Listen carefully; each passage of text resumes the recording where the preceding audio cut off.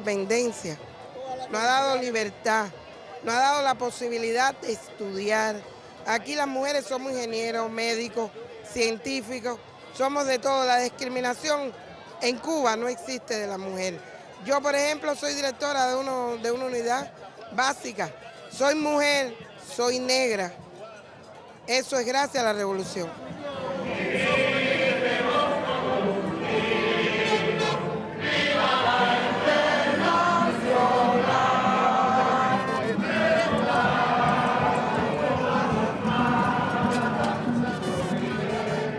Cuando nos dieron la independencia, para nosotros poder desarrollarnos, tenemos libertad de expresión, podemos alcanzar otros puestos de trabajo que antiguamente nada más que lo podían tener los hombres, no solamente las mujeres, nada más que los hombres nada más. Ahora las mujeres tenemos más libertad.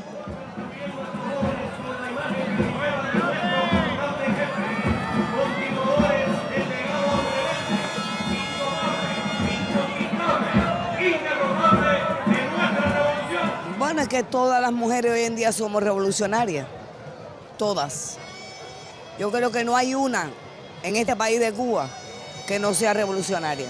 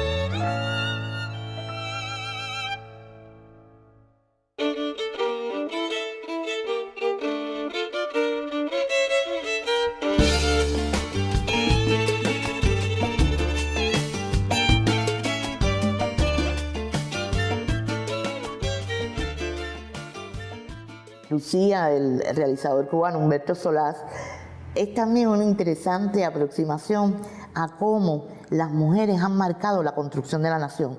Tú sabes que la historia generalmente se cuenta desde los triunfadores y desde los varones, porque la historia muchas veces se cuenta solamente desde las guerras y los conflictos. Y hay muy pocos libros de historia donde se hable de los espacios de resistencia y más de resiliencia, ¿verdad?, que han permitido que los pueblos logren importantes victorias.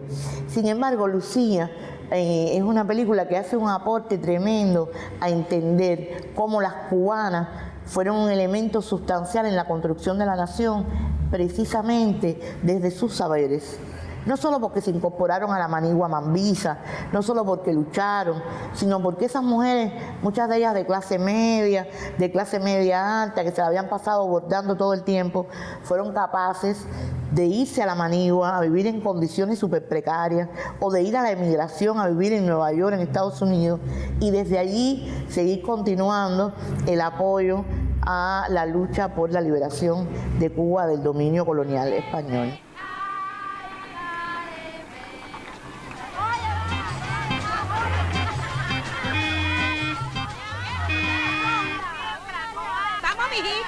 ¿Cómo te demoraste? Si esto ahora no te quiero ver con el maridito acostado en la cama. Y eso que ustedes no saben, que dice mi novio, que el día que me case, esta que está aquí no pega el lomo, ¿saben? Imagínate, ¿yo qué le voy a hacer? ¿Y tú qué estás diciendo? Que él dice que no puedo trabajar más. ¡Que trabaje! ¡Que trabaje! ¡Que trabaje! ¿Pero qué pasa ustedes? ¡Que trabaje! Esta es la Casa Museo Abel Santamaría. Este fue el apartamento donde vivieron Aide y Abel cuando estaban aquí en La Habana. Ese fue el primer lugar donde llegaron y vivieron. Aide Santamaría era una persona muy sensible, es decir, pocas personas conocen que solo llegó hasta 6º grado. Y con 6º grado fue una mujer que fue capaz de reunir a intelectuales, artistas, de conversar, porque su sensibilidad era muy grande. Aide era una mujer que sabía amar mucho. Amaba todo y lo hacía con pasión. Amó profundamente a Boris, amó profundamente a Abel, amaba profundamente la revolución por la que estaba luchando, y después todo lo que siguió haciendo, lo siguió haciendo con amor, porque era una mujer muy apasionada.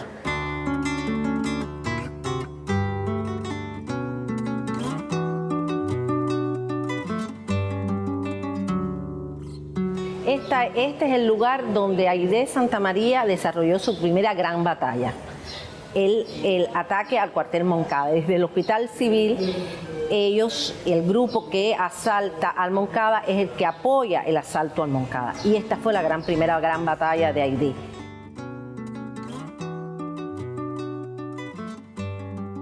Aide luchó en todo momento por participar y ser la primera en todos los combates. Ella le dice a Fidel, ya incluso Abel ya había salido en los carros para el Moncada, y ella le dice, Fidel, ¿y nosotros en qué carro vamos? Y él le dice, no, ustedes se quedan. Y ella le dice, no, nosotros vamos a participar también. Y Fidel le dice, ya Abel salió, Abel no sabe esto, pero bueno, ustedes van a ir a acompañar y estar con Abel en el Hospital San Agustín. Pero ella lucha por participar.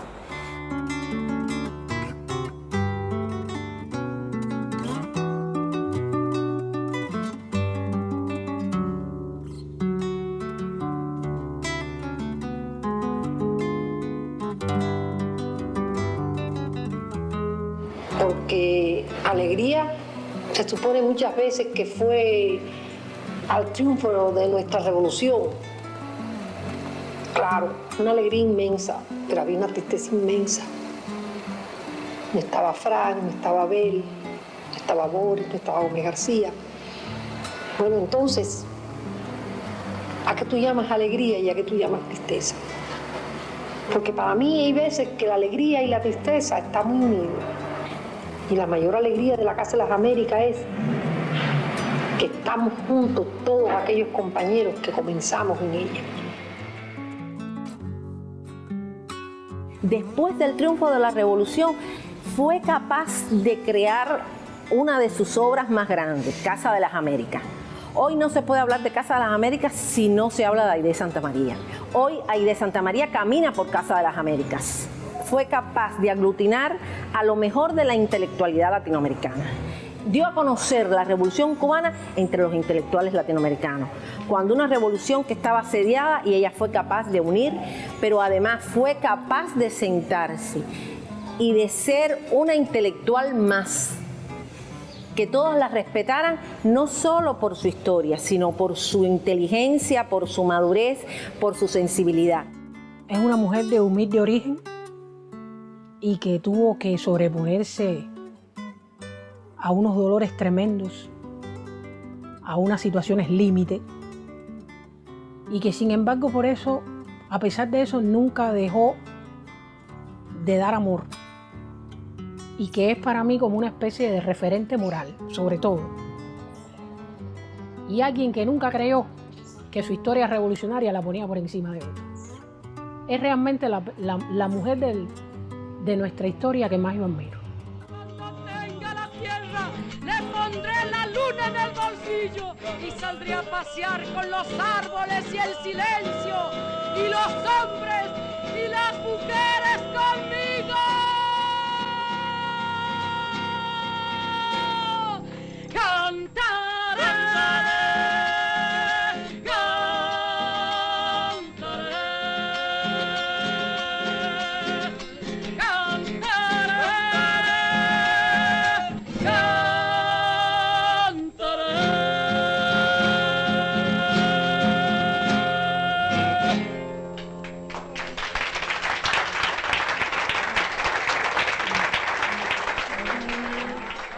¿Qué siento que me da la revolución? La revolución cubana... Para mí, la revolución cubana, yo solo puedo imaginar qué sería de mi familia sin la revolución. Mis abuelos eran campesinos. Cuando triunfó la revolución, mi mamá tenía 7 años. Y entonces ella se formó gracias a, ya mi papá sí, al inicio de la revolución se fue a alfabetizar y pudieron después los dos llegar a estudiar en un pedagógico y hacerse profesores. Nada, me hubiera enredado, me hubiera casado a los 14 o 15 años, como tantas mujeres, me hubiera enamorado de cualquier guajiro, me hubiera llenado de hijos y no hubiera estudiado y hecho nada. Ahora las mujeres podemos mandar, trabajar, la revolución nos dio todo. Bueno, es que yo no concibo una mujer, una cenaguera, que no viva enamorada de la revolución, de lo que nos dio la revolución. Bueno, para empezar mi vida, yo soy, es decir, fruto de un tratamiento prolongado de fertilidad. Me ha dado una razón para vivir. Me ha permitido cumplir mis sueños. ¿Cuántos niños con inclinaciones artísticas y capaces de crear maravillas hay en el mundo muriéndose de hambre o sin la posibilidad siquiera de tener una crayola? Entre las enseñanzas está el comprender que no existe nada perfecto, que una revolución es muy difícil, es muy compleja, es muy dialéctica. ¿Sabes? Me siento capaz de quedarme en cero y volver a renacer como el ave fénix. Muchas veces lo he hecho. No tengo miedo. Creo que eso me lo ha dado la revolución, la capacidad de seguir adelante en los peores momentos. Todo lo que somos es la revolución. Pensamiento, dile a fragancia que yo la quiero, que no la puedo olvidar, que ella vive en mi alma. Mira, yo pienso que las cubanas, los cubanos y las cubanas, somos afortunados por la historia que tenemos. Pero yo creo que la figura de Vilma, y lo digo siempre porque cuando hemos ido a presentar el libro de ella o a conversar a los jóvenes sobre su figura, y por ejemplo en el caso de los círculos infantiles siempre digo que hay que enseñarles fotos de ella cuando era niña, en su asientico, en la bañadera, con su burrito, con su uniforme de primaria, con su traje de los 15, para que vean los niños que fue niña como ellos hasta la gran heroína que es. Y es enseñar la historia de mujeres y hombres de carne y hueso, que cantan, que bailan.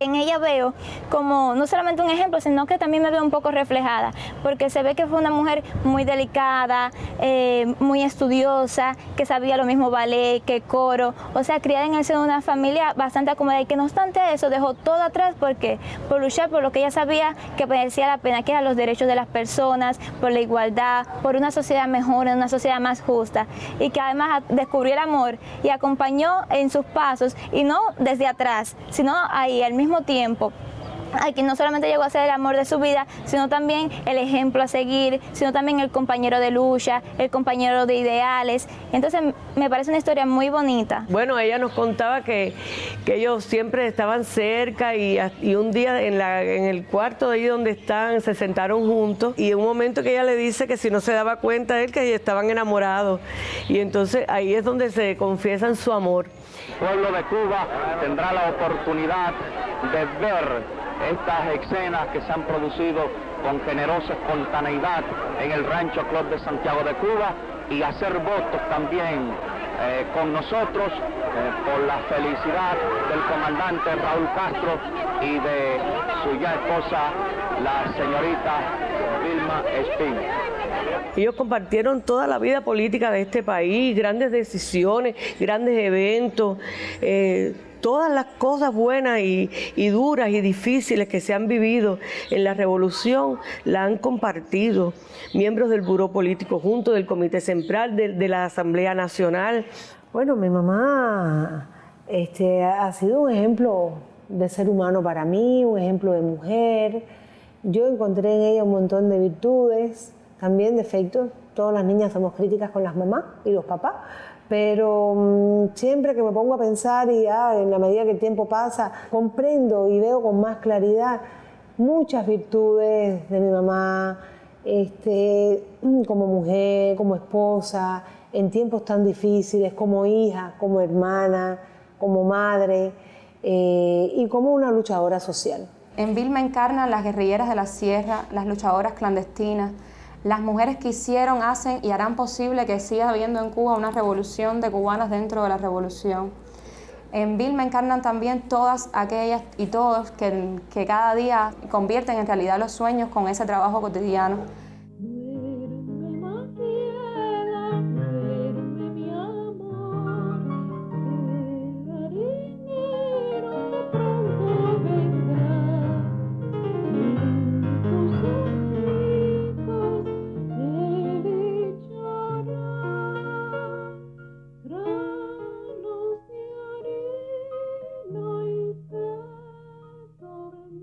Fueron las mujeres las que se acercaron a Vilma, porque Vilma siempre resultó ser una extraordinaria líder, y ellas se acercaron a Vilma para decirle: hace falta crear una organización de mujeres para poder participar de la obra de la revolución. Y Vilma se lo plantea al comandante en jefe. La federación fue creada por las mujeres, por decisión de las mujeres ya en el año 59, y fue sencillamente con un afán, con un interés de participación. Las mujeres habían participado, muchas mujeres, en la lucha, en las montañas, en las ciudades, en la clandestinidad. Ahora, el resto de las mujeres, al triunfo de la revolución, con aquel llamado de Fidel desde Santiago de Cuba, antes de emprender la marcha para La Habana, a tomar ya Colombia, fue un discurso tan claro que las mujeres identificaron esa revolución como su revolución. Y empezaron desde ese propio año 59 a organizar lo que nosotras le decimos delegación, que es nuestra organización de base, es donde están nuestras mujeres, nosotras le decimos nuestras federadas, y a partir de ahí comenzó todo un proceso de organización con un activismo extraordinario, y se crea la Federación de Mujeres Cubanas el 23 de agosto de 1960. Y constituyen esta Federación de Mujeres Cubanas, unidas en esa palabra cubana.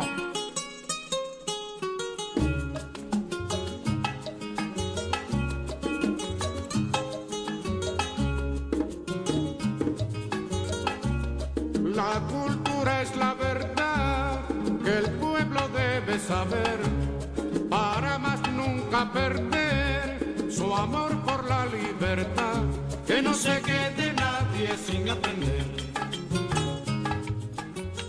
Sinceramente, la campaña de alfabetización es un momento que abre un cambio no solo cultural y político, sino un cambio al interior de las familias en Cuba. Porque hasta ese momento las mujeres estaban en el seno del hogar.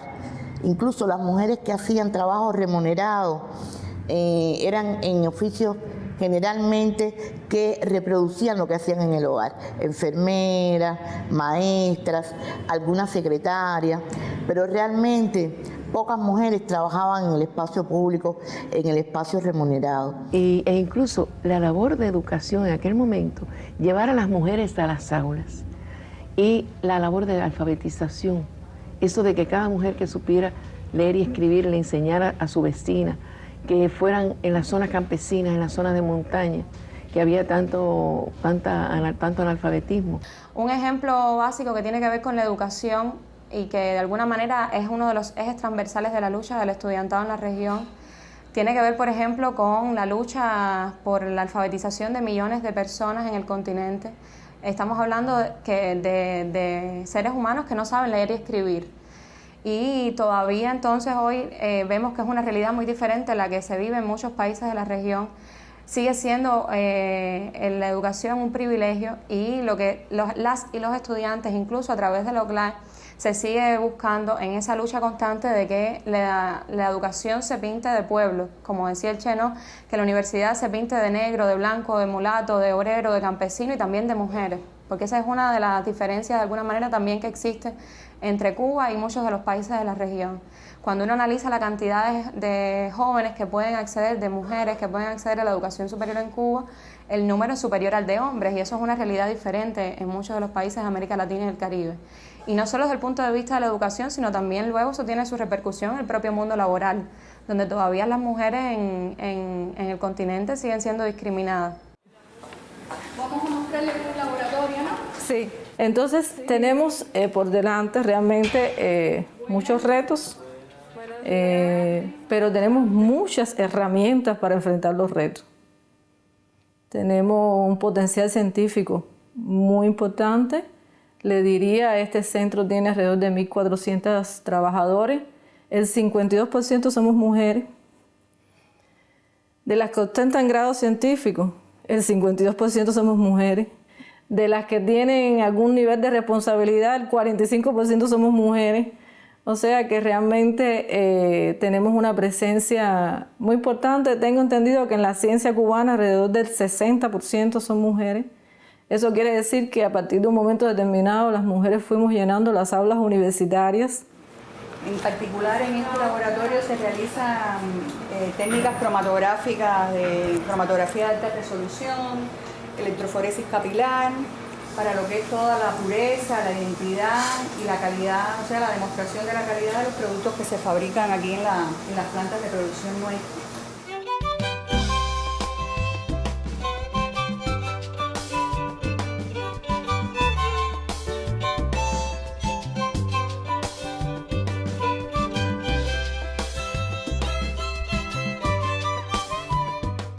Al presidir la OCLAE tuve la posibilidad de participar en un congreso de estudiantes en Colombia, de la asociación, la ASEU, que es la Asociación Colombiana de Estudiantes Universitarios. Y allí, al terminar una de las sesiones de trabajo, se me acerca una muchacha que me empieza a preguntar, a indagar ella sobre la revolución cubana, sobre Cuba, la realidad que se vive en este país. Y recuerdo que en medio de la conversación ella hace una pausa y me dice, así a bocajarro: ustedes son privilegiados y a veces no se dan cuenta.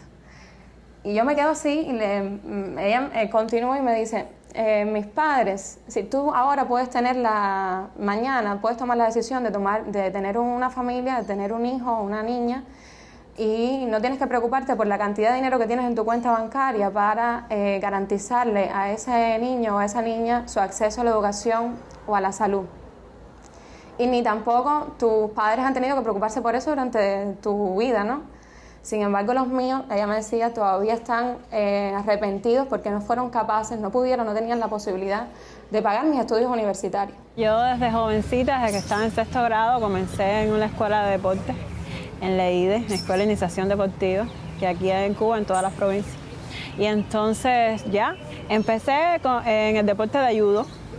Al principio no me gustaba mucho, no lo conocía, pero como era una niña me gustaban mucho las acrobacias, que es una parte de judo muy importante, y ahí fui. Y no era mala, participaba en competencias provinciales y siempre me destacaba, cogía buenos lugares, medallas, y me incliné por la carrera de cultura física. ¿Qué significa cultura física? Porque es un término que no empleamos. Cultura física significa deporte para todos. Deporte para todos. El deporte aquí en Cuba es el derecho del pueblo. Aquí todos, desde niños hasta ancianos, practican deporte. Tienen la posibilidad y el derecho de practicar deporte. En el círculo de abuelos usted podrá conseguir más años para su vida, más tiempo para vivir. 80, 79, 65, 24, yo 75, que vive el 1 de mayo y todo el mundo a la plaza. Ofrendando con notas de mi lira, con fibras de mi alma, tu encanto.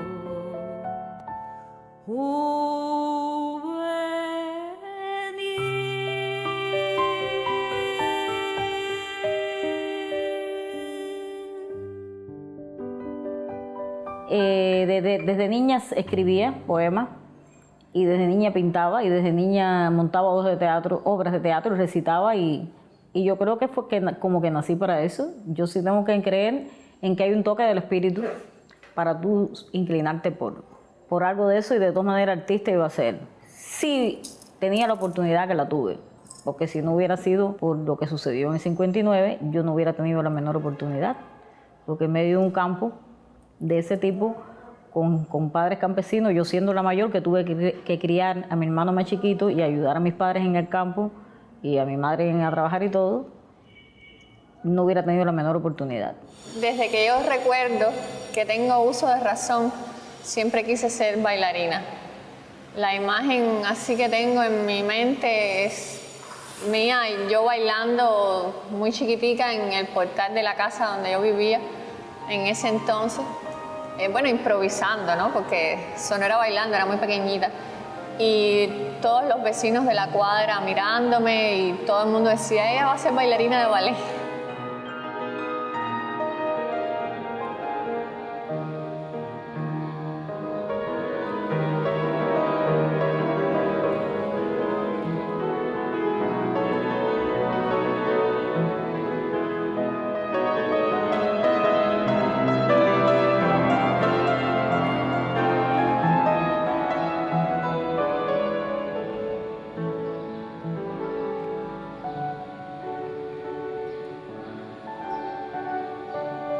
Mira, te voy a ser sincera, yo llegué a la dirección de orquesta por casualidad, porque yo en nivel medio estudié piano y estudié asignaturas teóricas.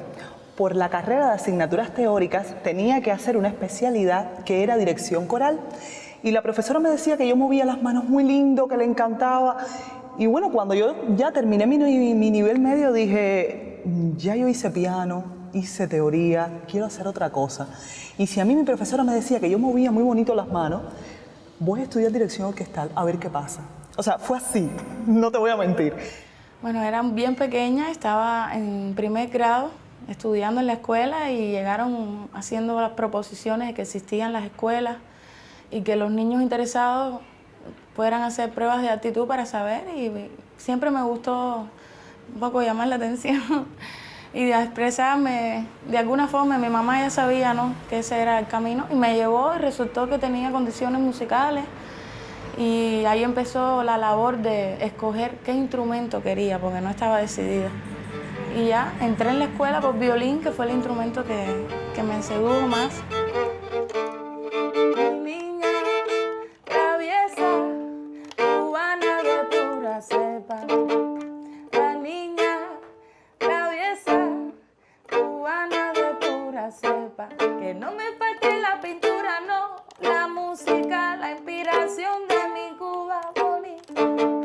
La niña traviesa, cubana de pura cepa. Para que se sepa. Me acordé de la primera vez que entré a este museo. O sea, yo era muy chiquitica. Estoy mirando el piso y me recuerdo de esa niña que entró de la mano de otro amiguito, porque siendo pequeña lo lograba captar, porque los profesores hacían que llegara en forma de juegos, en forma de historias. Inclusive ver aquí los niños jugando y hacerme idea de lo que anteriormente había cuando era un cuartel militar donde torturaban, y sin embargo ahora en vez de gritos se oyen sonrisas. Es maravilloso. Bueno, la medicina fue por muchos factores. Uno muy importante es que mi mamá también es médico, y eso siempre influye, porque veo cómo ella se dedicaba a sus pacientes, veo cómo esa especialidad era tan humana, pero sobre todas las cosas fue por un motivo muy personal, que era que yo quería saber de qué manera yo podía aportar al mundo mi granito de arena. Y yo decía, ya no son momentos, al menos en mi país, de yo estar luchando con un fusil en la mano, pero ¿de qué manera? Bueno, pues quise alistarme al ejército de las batas blancas, que creo que una manera no solamente de demostrar mi patriotismo, que soy una revolucionaria, una fidelista, sino que también que soy una gran humanista. Y eso es lo principal, llevarle salud a todas las personas del mundo, y no solamente salud, sino también amor, que todo debe ir aparejado.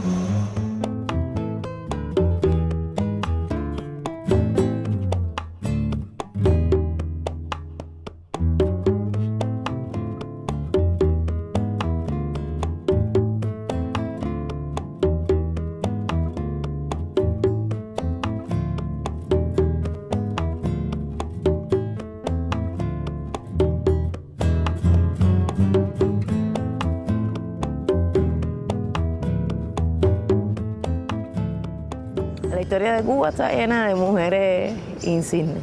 Pero yo, si hay una figura de la historia cubana que a mí me ha impactado, es Celia. Celia logró llevar desde la Sierra Maestra y después en la construcción de la sociedad el concepto de pueblo, el concepto de que la revolución no son los líderes de la revolución, sino que es el pueblo. Celia era una persona muy importante en la Revolución Cubana. Fue capaz de construir toda una red en Manzanillo, donde ella era, para apoyar lo que estaba ocurriendo en la sierra, y realmente con mucha inteligencia, con mucha humildad. Fuimos a Santiago directamente a hacer contacto con Fran allí, a ver qué orientación nos daba, qué hacer, cómo había sido el desembarco. Lo único que nos quedó fue esperar, tener contactos entonces con Fidel, saber noticias, regresar yo para Manzanillo de nuevo otra vez, encontrarnos allí con los compañeros, hasta el día 16, 17, que vino Monguito Pérez, que era contacto de tanto de los compañeros que desembarcaban como de nosotros, de que cualquier cosa se viera, se encontraran con ellos allí. Entonces Monguito vino aquí a Manzanillo a avisarnos ya que Fidel estaba y que teníamos ganada la guerra, ¿no?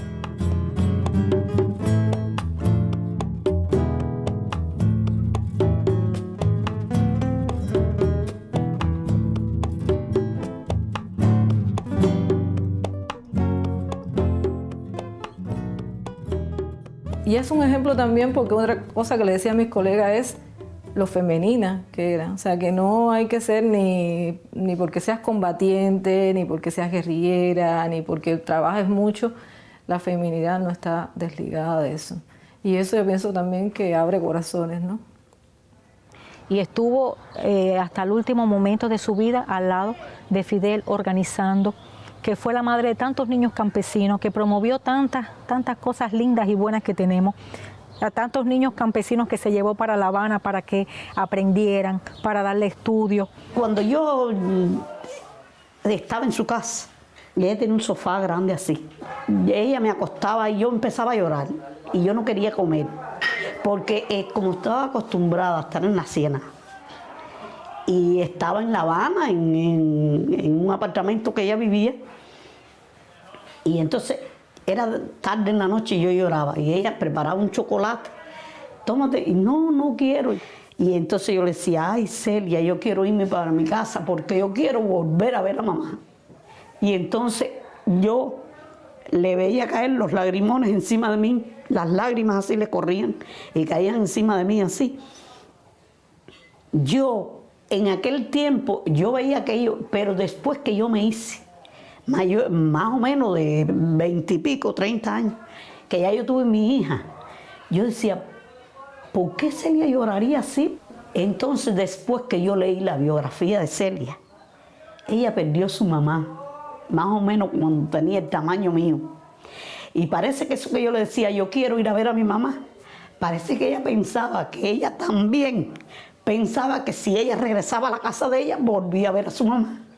Y ella me transmitía un cariño, una cosa así que yo no sé cómo explicarte.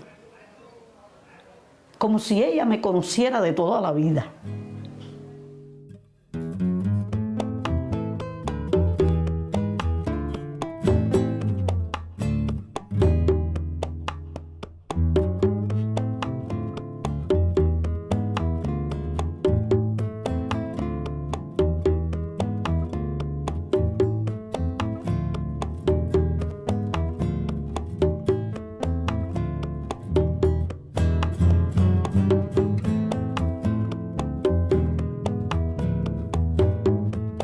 Y la obra mía es la foto de ella en la ONU, que está escribiendo así concentrada, y dice, ella siempre responde, porque Celia se sabe que la gente del pueblo le escribía y ella respondía las cartas.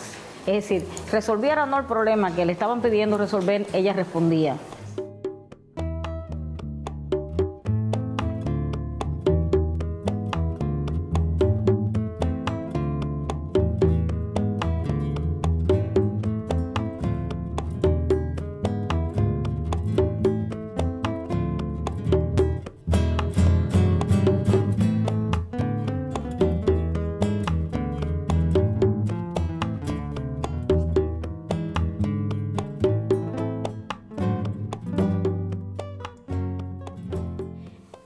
Antes del triunfo de la revolución, en una de esas veces que yo me enfermaba, que me puse mal, parece que yo era enfermiza, mi mamá me llevaba a Hawái y yo veía a las niñas con los zapaticos blancos, las mediecitas, y yo, cada niño ha tenido un sueño, ¿no? Y yo, ese fue el sueño de mi vida. Soñaba con tener un par de zapaticos blancos. Y ya les digo, entonces, después que triunfó la revolución, que ya todo cambió, en los primeros días del mes de abril, mi mamá me compró los zapatitos blancos.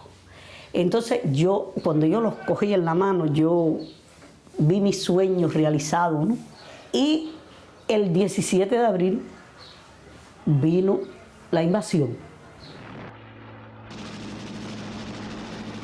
Entonces, cuando íbamos por la carretera para Hawái, un avión que tenía las insignias cubanas pasaba por encima del camión y entonces ametralló el camión, mató a mi mamá, hirió a mi hermanito más chiquito, a mi hermano mayor y a mi abuelita.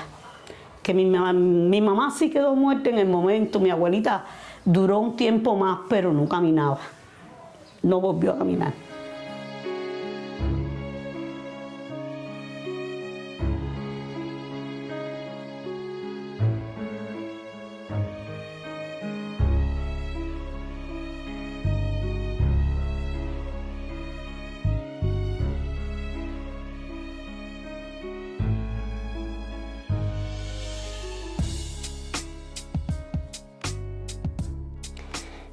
Ya después que pasó eso, yo me olvidé de que llevaba los zapaticos ni de nada, no pensé en nada de eso. Entonces el indio, cuando llega a Hawái, le dicen que aquel camión era donde nosotros íbamos. Y él le empezó a tirar fotos a los escombros y a las latas de leche, a las colchas quemadas, las cosas que habían encima de la parte trasera del camión. Y entonces encontró los zapatos en la cajita, pero traspasados por las balas. Me los lleva donde yo estoy. Y hacía poquito que habíamos sepultado a mamá. Cuando yo vi los sueños, el sueño de mi vida, también lo había perdido. Yo parece que yo me emocioné mucho y le dije a él lo que yo había sufrido por esos zapaticos. Y entonces escribió esta poesía, Elegía de los zapaticos blancos. Gritaba trágicamente: malditos los mercenarios, ay mis hermanos, ay mi madre, ay mis zapaticos blancos. ¿Acaso el monstruo se dijo: si las madres están dando hijos libres y valientes, que mueran bajo el espanto de mis bombas? ¿Quién ha visto carboneros con zapatos? Pero Nemesia no llora. Sabe que los milicianos rompieron a los traidores que a su madre asesinaron. Sabe que nada en el mundo, ni yanquis ni mercenarios, apagarán en la patria este sol que está brillando para que todas las niñas tengan zapaticos blancos.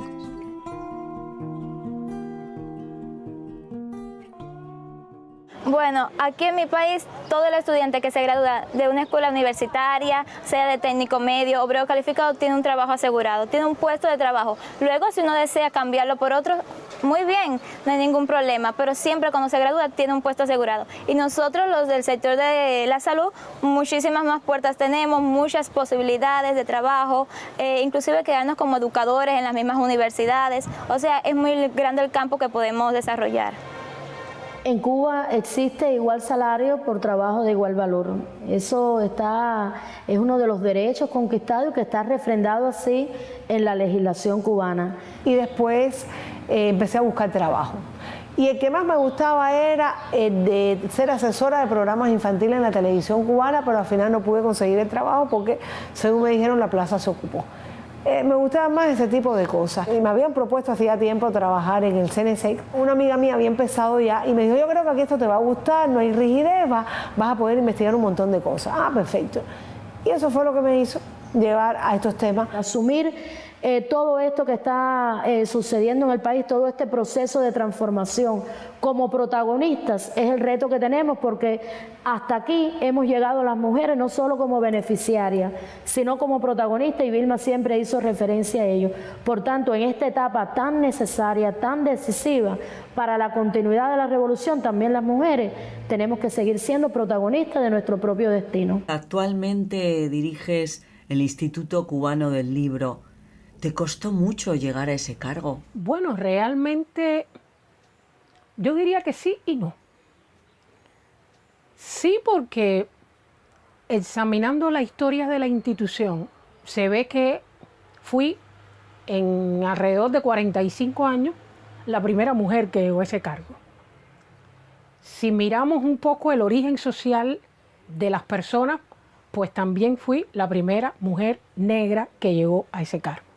Y bueno, estas cosas del desarrollo como artista en Cuba empezó poco a poco, porque antes no se podía vivir del arte, teníamos que ser profesores, no sé qué, pero ya después de un tiempo, pues, de alguna manera empezamos aquí en Cuba a abrirnos paso, por lo menos a mostrar nuestro arte en nuestro país, que yo lo sigo haciendo siempre, enseño primero las cosas así, ya después pues nos hemos ido buscando cada uno de los artistas el camino por el mundo.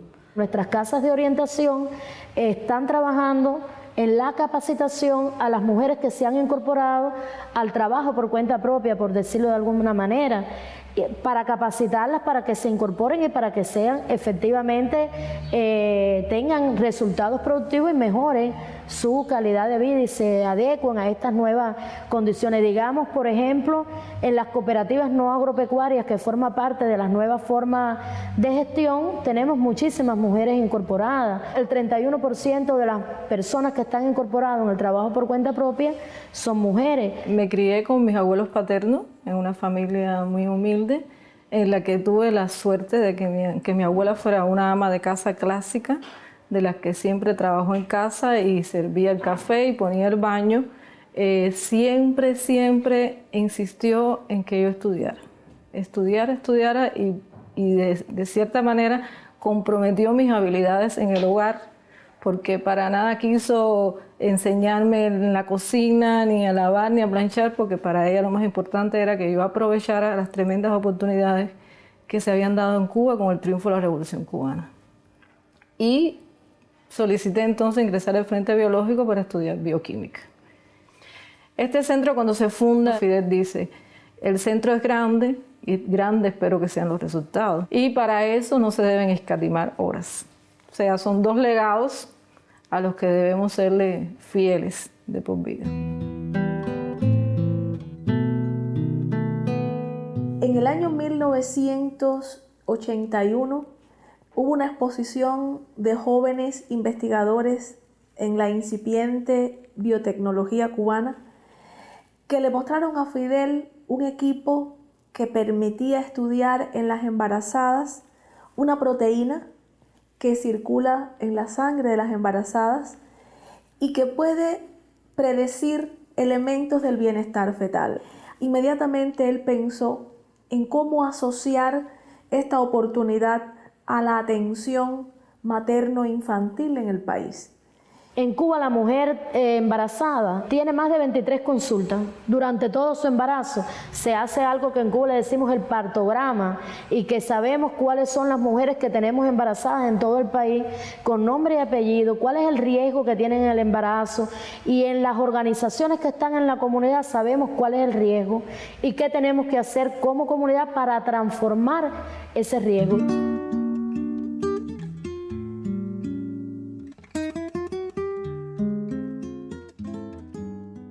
Vilma soñó y comenzó a hacer un trabajo muy fuerte con que las mujeres pariéramos con nuestros compañeros al lado de la mano, en un momento tan importante como es el nacimiento de un hijo, ¿no? Vilma decía que solo 3 cosas no podían hacer los hombres por nosotras, que era el embarazo, que era el parto y que era la lactancia. Ya después todo podía hacerlo el hombre igual que la mujer. Cuba desde el año 70, desde la década de los 70, existió la ley de la maternidad de la mujer trabajadora que en la medida que el tiempo fue avanzando se fue enriqueciendo. Y además de darle la participación al padre, le está dando la participación a las abuelas, a los abuelos y a otros familiares cercanos que decida la madre. Vilma trabajó mucho en el código de familia. Ella decía, siempre en un hogar tienen que decidir, por ejemplo, si el trabajo de la mujer da más económicamente y es más importante para la sociedad que el del hombre, porque el hombre después de la lactancia no puede cuidar a sus hijos. Está todo el tema que te decía de la educación sexual y en términos de planificación familiar que se le da a todos, hombres y mujeres, desde la propia enseñanza primaria, donde empiezan a explicarte cómo funciona el sistema reproductivo, etcétera, y te van dando las primeras nociones de lo que es la planificación familiar. Porque es mejor evitar un embarazo no deseado que tener que interrumpirlo luego.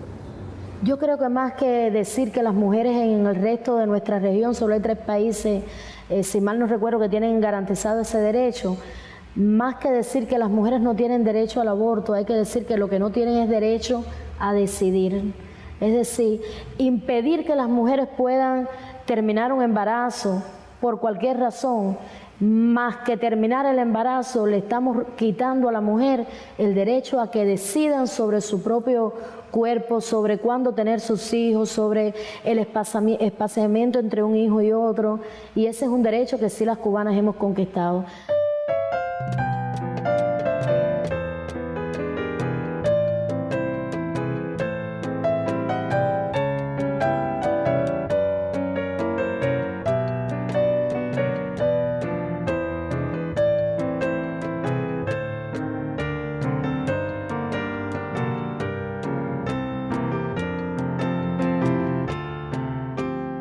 Y Vilma es una mujer que tiene una luz larga.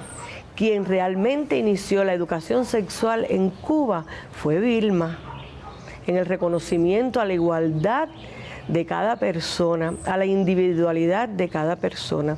Yo creo que si hoy nosotras las cubanas tenemos que luchar por algo, es por seguir avanzando eso que ella inició con el triunfo de la revolución, por el avance de la mujer en la sociedad. Y todo eso lo hizo, como decimos en Cuba, sin perder la ternura. Pensamiento, dile a fragancia que yo la quiero, que no la puedo olvidar, que ella vive en mi alma, anda y dile así. Mira, ella es realmente, junto con Fidel, la constructora de la teoría de la igualdad de la mujer en la Revolución Cubana, pero también la creadora de instituciones totalmente revolucionarias, como los círculos infantiles. Vilma hizo un llamado y la mujer estuvo presente. Allí se hicieron albañil, mi madre se hizo albañil, hubo muchas que fueron electricistas, fueron azulejadoras, hicieron maravillas y crearon para que nuestros niños pudieran estar bien resguardados y nosotros poder cumplir con las tareas de la revolución.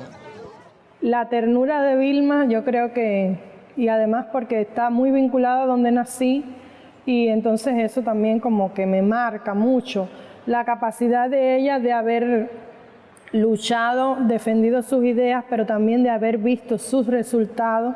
Yo creo que me reflejo mucho en eso, ¿no? Las cosas que yo pienso y defiendo, yo las llevo hasta el final. Entonces eso de aprender a defender lo que uno cree y a luchar por lo que uno cree, eso es Vilma. Este es uno de los altares de nuestra patria. Aquí se encuentran los combatientes que cayeron y que formaron parte de esa columna del Segundo Frente Oriental Fran País García.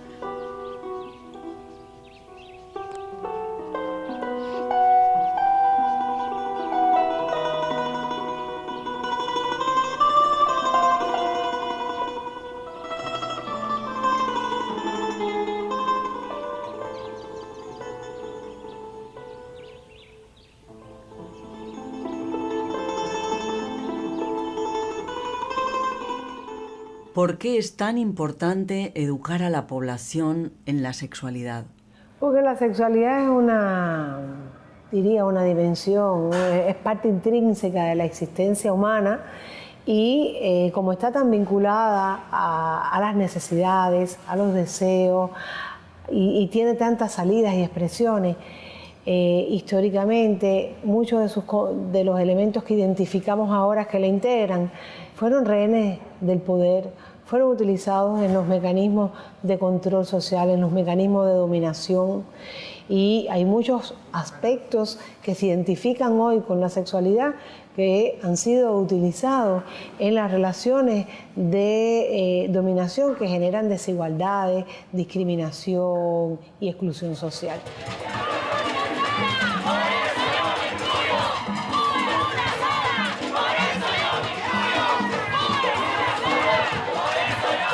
Yo soy madre de una trans y he vivido momentos duros con mi hija porque veo que la agreden, se burlan y bueno, ella pertenece al CNC.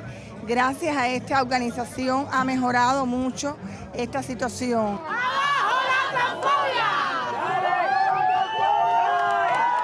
Desde el principio del 2000 más o menos empezamos a formarles como promotores de salud sexual en la prevención del VIH y de las ITS, porque la población trans es muy impactada por el VIH y bueno, porque no tenían una formación que les ayudara, porque el que va a la escuela recibe programas, pero ellas estaban muy desinsertadas de los espacios donde accionaban los programas de prevención, de promoción de salud. Y entonces empezamos a formarla como promotoras de salud. Y después les propuse formarse como activistas por los derechos sexuales. Y esto ha sido muy útil porque estos grupos son uno de los soportes más importantes que tenemos en la organización de las jornadas cubanas contra la homofobia y la transfobia en las diferentes provincias.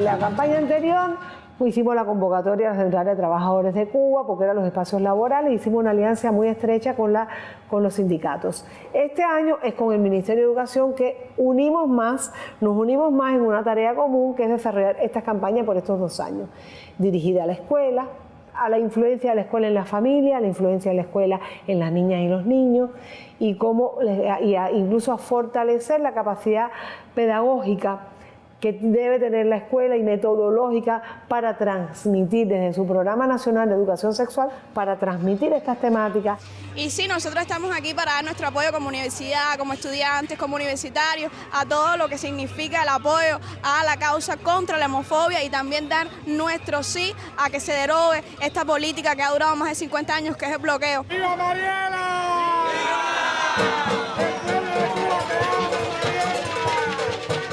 Todos los espacios sean para todas las personas. No queremos reproducir la tendencia a crear los guetos, a crear el espacio del barrio gay o barrio LGBT, si es que también le llaman así, porque yo no creo que haya que distinguirlo como si fuese el barrio de las mujeres y el barrio de los hombres, el barrio de las personas negras y el barrio de las personas blancas. No sé, no me parece que debamos seguir contribuyendo a la segregación. Tenemos que crear los mecanismos, las condiciones y la cultura de convivir todas las personas en todos los espacios. Eso es lo que estoy defendiendo. Por eso no me gusta decir comunidad, me gusta decir las personas LGBTI. Desde su condición ciudadana, desde su condición de sujeto de derecho.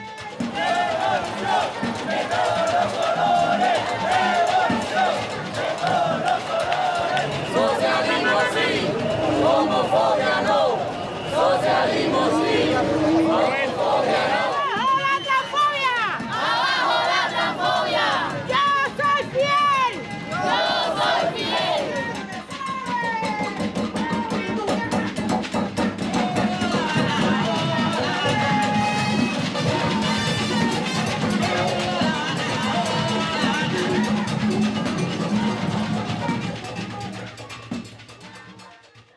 hasta donde ese trabajo que estábamos hablando antes con la mujer en los primeros años de la revolución llegó realmente a enraizarse, ahí yo creo que sí, que la mujer cubana no se deja tratar de manera inadecuada por un varón. Cuando nosotros hablamos en Cuba de violencia y de maltratos y de desequilibrios en los poderes, no podemos para nada pensar en la sociedad capitalista, porque en Cuba, en la experiencia de Cuba, en nuestro modelo, en nuestro sistema político, esas manifestaciones se dan de manera diferente a como se dan en otros países. En Cuba se trabaja la violencia desde la igualdad, se trabaja la violencia desde la prevención.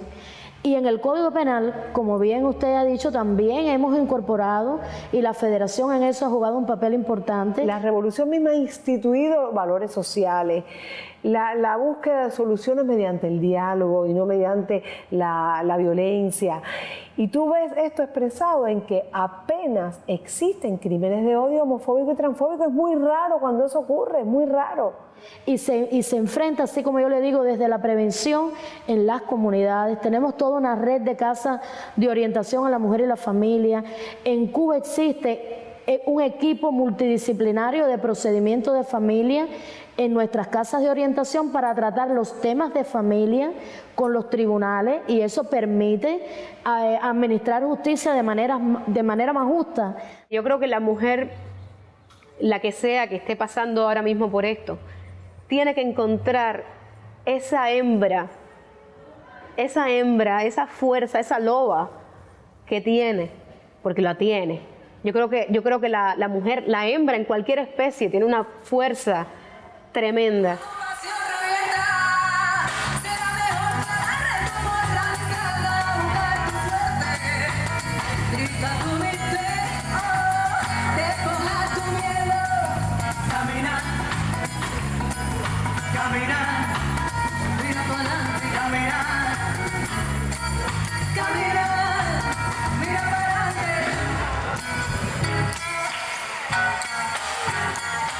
En muchas organizaciones de masas y políticas, la mujer está presente en cargos de dirección decisorios.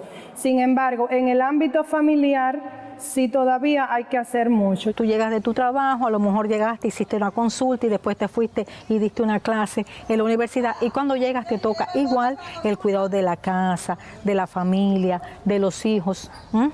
Y bueno, hay hombres que participan un poquito más, pero lo ven como que ayudan, que son muy buenos porque ayudan, no ven como que es su responsabilidad también. Yo tengo 2 hijas adolescentes. Por ejemplo, desde que pasé los cursos del Centro Martin Luther King, como que fue cambiarme los espejuelos, porque creía que era mejor madre porque le hacía un montón de cosas y lejos de ayudarla, lo que estaba haciendo era volviendo a las personas inútiles que me reclamaran cuando yo no llegaba a tiempo a cocinar o no podía, qué sé yo, lavar el uniforme a tiempo por mis tareas militantes.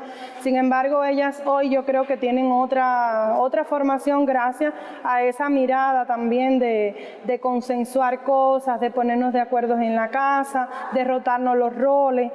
¿Cómo puedo explicarle que ser mujer y ser hombre, ser niña y ser niño no es tan rígido como generalmente se dice?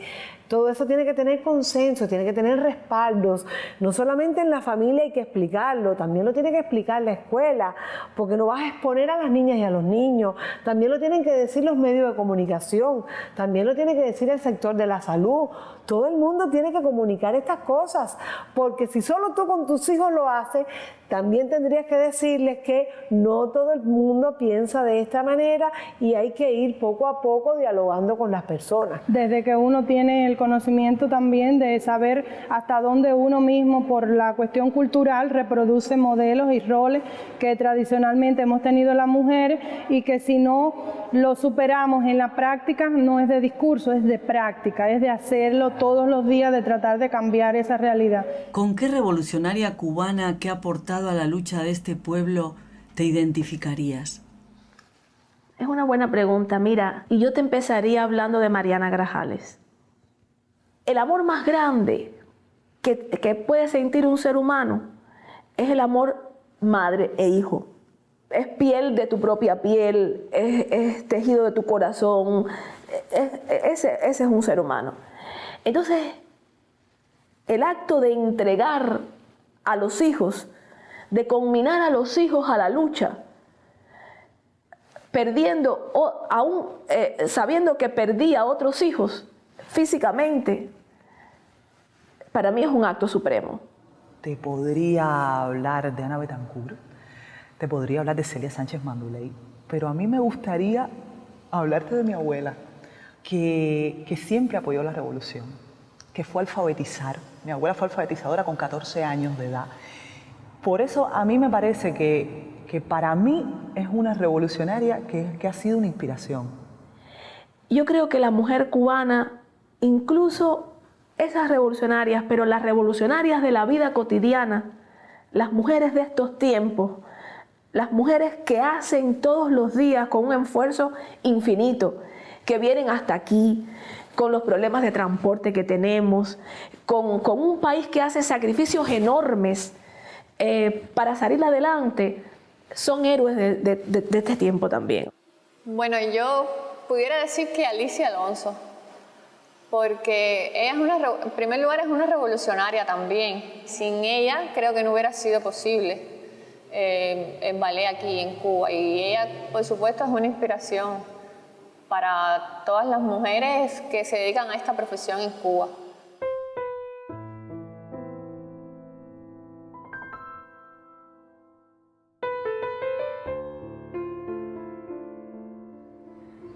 Para mí todos los días es un reto hacerle honor al nombre que llevo. Pelear por que las cosas sean bien, con justicia, con medida, tener el valor que tuvo la persona a la que le debo mi nombre para transgredir todas las barreras en pos de formar un mundo mejor. Llevo eso más como una meta, como algo que uno incorpora a su actuar diario.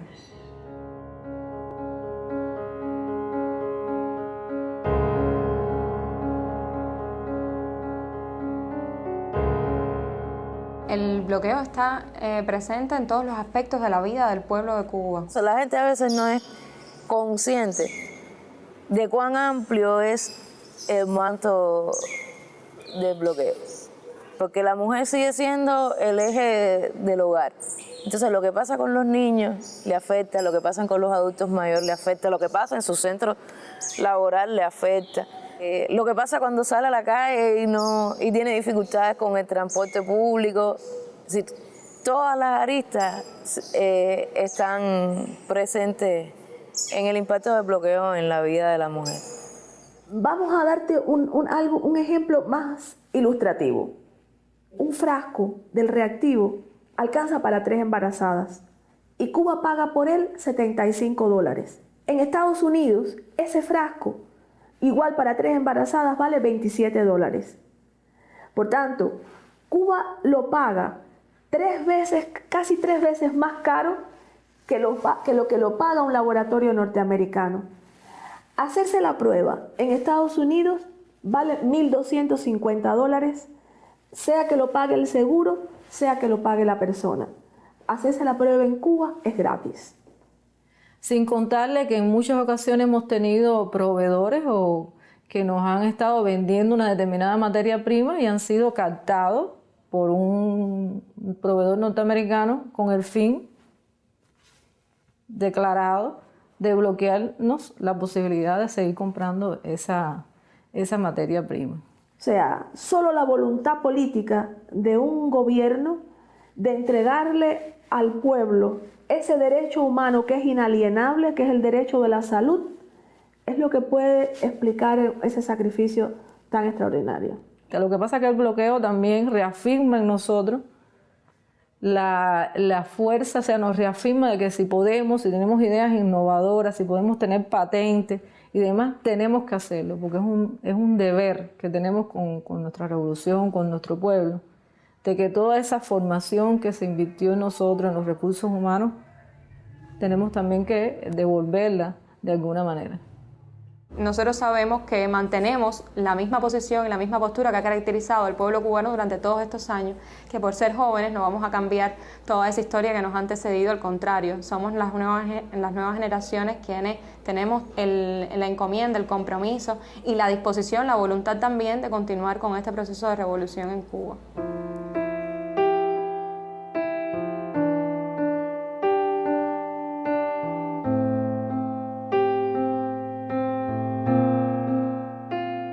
Nosotros somos un grupo de adultos mayores creado hace 30 años por nuestro comandante en jefe Fidel, organizado en círculos de abuelos, donde realizamos ejercicio físico como actividad fundamental y otras actividades que también corroboramos con actividades recreativas, política, cultural, social, comunitaria, para poder mantener a nuestros adultos mayores en plena capacidad mental, física y mental.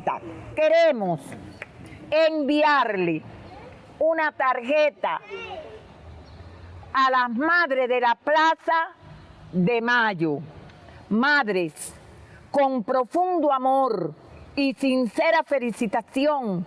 Los adultos de Santiago de Cuba les envían mucha salud, suerte, dicha y felicidad. Estamos con ustedes. Besos y abrazos. La queremos mucho. Bueno, para las abuelas de Cuba, amigas, compañeras cubanas, le digo que agradezco la tarjeta en nombre de todas las madres, que ya voy a ir algún día de estos a Cuba y nos vamos a poder abrazar entre todas y vamos a poder también demostrar que las madres, las abuelas, yo soy bisabuela, estamos siempre con el corazón muy preparado para el amor. Y yo creo que forma parte de las raíces, de la idiosincrasia, de la sangre de este pueblo, ser solidario y ser internacionalista. Por tanto, yo no creo que podamos decir que nos identificamos más o menos con una lucha en particular, sino que donde quiera que haya una causa justa que defender, un principio justo por el cual se esté luchando en cualquier parte del mundo, ahí va a estar el corazón de la revolución cubana, del pueblo de Cuba y por tanto de las jóvenes, de las mujeres, de las estudiantes cubanas. El Instituto Cubano de Amistad con los Pueblos, que fue creado también por el comandante en jefe hace ya 56 años, está creado precisamente como un vehículo de la solidaridad del pueblo cubano hacia las causas justas del mundo y como un receptivo para la atención de la solidaridad que todos los pueblos del mundo ejercen con Cuba y con la Revolución Cubana. Y entonces resulta que un día nuestro comandante Fidel habla en la noche que se iba a constituir un gran contingente de ciencias médicas, que iba a hacer un gran contingente de médicos, de profesionales, justamente para trabajar, cumplir misiones en otros países, para cumplir misiones aquí dentro de la Sierra Maestra. Y me pareció una idea genial. Eso es lo mío. Sí, mira, hoy Cuba presta colaboración médica a más de 60 países en el mundo y la mayoría del personal de la salud que está en esas misiones son mujeres. Tanto dirigiéndose, hay países donde la misión está dirigida por una mujer, como en todos los espacios necesarios para poder llevar adelante la misión, como epidemiólogas, como doctoras, como enfermeras, paramédicas. Fueron médicos cubanos a Argelia, fueron médicos cubanos cuando el terremoto en Perú. O sea que esto no es un fenómeno nuevo, ¿no? Sino que surgió con la misma revolución, que junto con esta idea de independencia, de patriotismo, también nos hizo engrandecernos con la solidaridad y esta cosa tan altruista que es ir a trabajar y a darle lo mejor a otros pueblos. Y yo siempre me gusta recordar que es una mujer precisamente la que creó el método Yo Sí Puedo, que ha permitido también alfabetizar Bueno, en América Latina más de no sé cuántos millones de personas y en el resto del mundo, porque ella creó el sistema de manera que funcionara no solo en español, sino también en inglés, en francés, en creole, y es una mujer la creadora de ese método, con lo cual te dice que hay esa solidaridad que es muy propia de la Revolución Cubana desde su propio nacimiento, ¿no? De niña soñaba con hacer cosas heroicas. Y creo que el heroísmo no es estar en una batalla, en un combate, con un arma. El heroísmo también está en eso, de a veces dejar a la familia para irse a trabajar a otro lugar, dejar a la hija que uno ama para estar lejos, pero haciendo cosas buenas por la humanidad.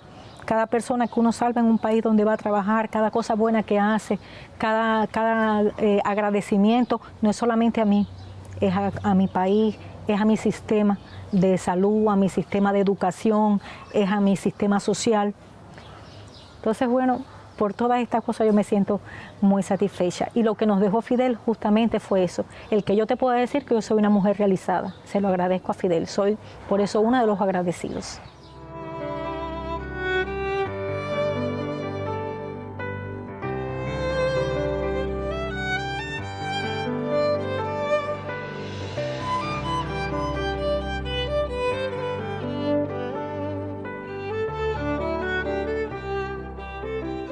Fidel ha sido una figura realmente compleja y especial en nuestras vidas.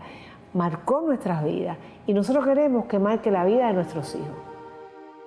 Fidel lo decía cuando entró en Santiago de Cuba el 1 de enero del 59 en ese discurso histórico.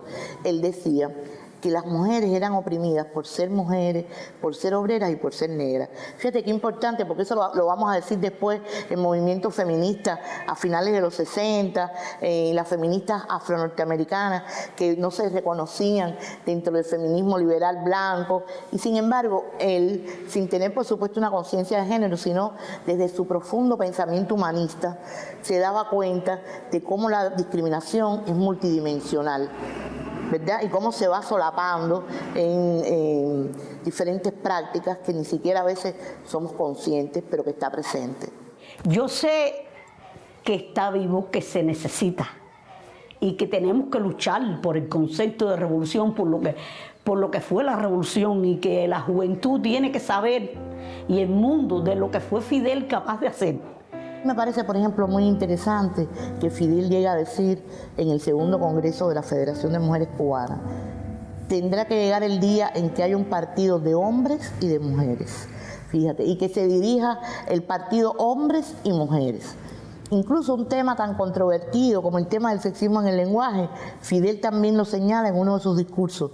No dice sexismo en el lenguaje, pero dice, el lenguaje también discrimina, y discrimina a las mujeres. Cuando cada uno de los cubanos en un acto dice yo soy Fidel, eso tiene un significado grandísimo. Yo soy Fidel porque yo soy continuidad de sus ideas.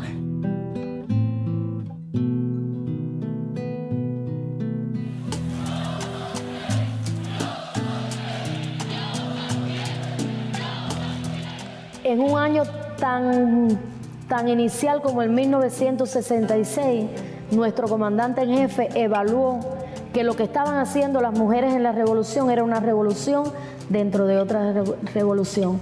Y no se puede hablar de la historia de Cuba, no se puede hablar de la revolución cubana si no se habla del papel protagónico que han tenido las mujeres en todos los frentes de la vida. Y siempre presente lo que decía Fidel, que un mundo mejor es posible. Y yo creo que el mundo mejor lo podemos hacer las mujeres, desde nuestras casas, desde nuestros vientres, de la forma que tengamos de amar y de educar a nuestros hijos. Yo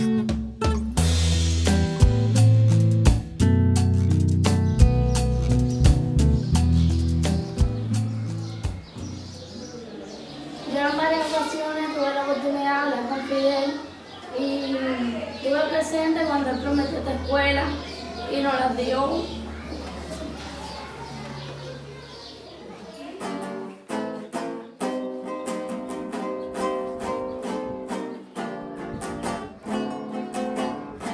El milagro echó a la mar cuando bajó desde el cielo y se quedó a cabalgar al lomo de un ideal de trinchera, honor y fuego, y el fervor y las nubes tatuó con sangre patria o muerte venceremos hasta vencer o morir. Eres faro y eres guía, adivino y querubín, eres pregunta obligada, eres respuesta sin fin. Hombre, amigo, padre, no te has ido. Ordena, comandante, yo te sigo. Hombre, hermano, padre, amigo fiel. Por siempre te juramos, yo soy Fidel.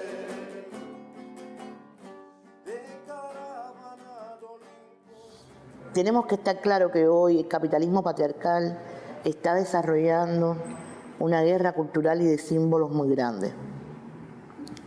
Y desde los revolucionarios, desde la izquierda, hay que plantar no una batalla defensiva, sino una propuesta ofensiva y proactiva. Pero es algo que hay que construirlo permanentemente. Es que no puedes, son tantos siglos con esa misma historia y memoria genética que es una cosa permanente. No hay cómo dejarlo como que ya lo conseguimos. Lo más interesante es que en una lectura detallada de 2 novelas cubanas que se escribieron entre el 2014 y 2015, he encontrado los mismos estereotipos que en las novelas abolicionistas del siglo XIX.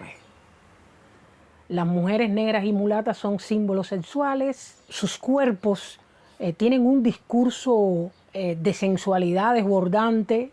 Los hombres, por supuesto, son infelices víctimas que caen bajo la nefasta influencia de todos esos atractivos físicos. Estas lecturas me han convencido de la larga data que tienen los estereotipos socialmente construidos y de lo importante que es para la sociedad librar una guerra en el terreno de la subjetividad, en el terreno de los símbolos, para ir extirpando, por decirlo de alguna manera, esos estereotipos. En la música a diario tenemos la interferencia de que cuando vas a salir a trabajar, la preferencia es por este tipo de música, el reggaetón.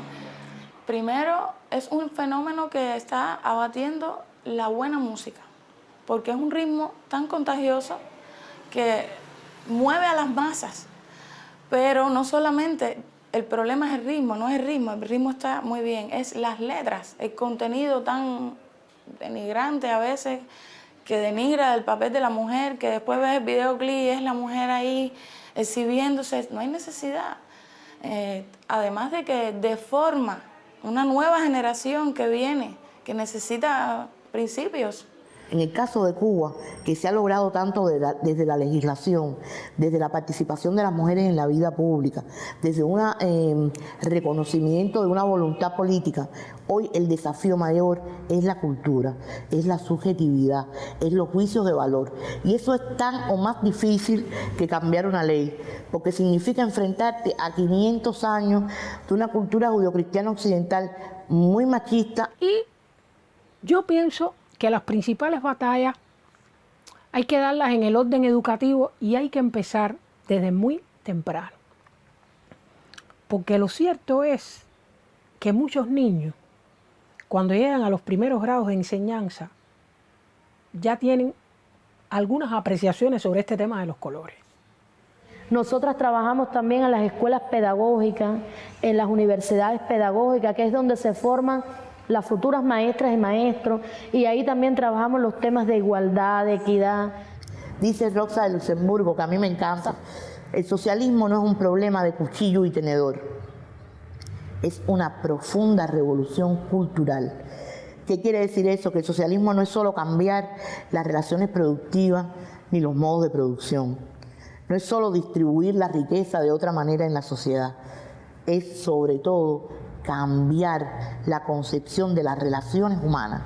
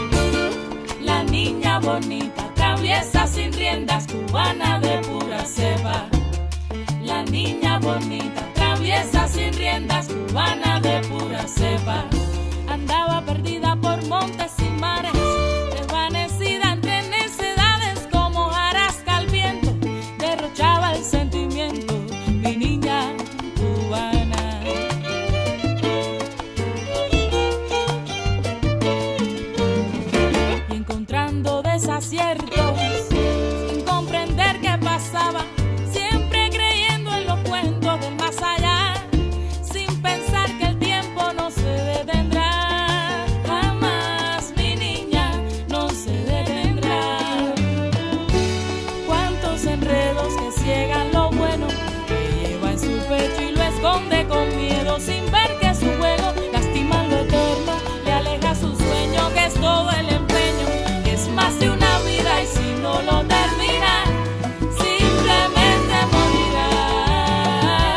Ay, no, no que va, no te metas con la niña, no que va, llega la soledad.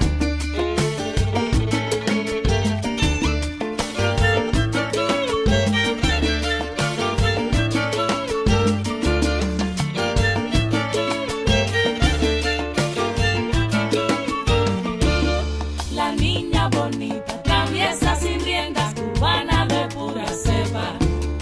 La niña bonita, traviesa sin riendas, cubana de pura cepa. Pero algo estremeció a mi niña, un huracán de convicciones y pasión, combinado con amor de la familia, los amigos y el poder de esta canción.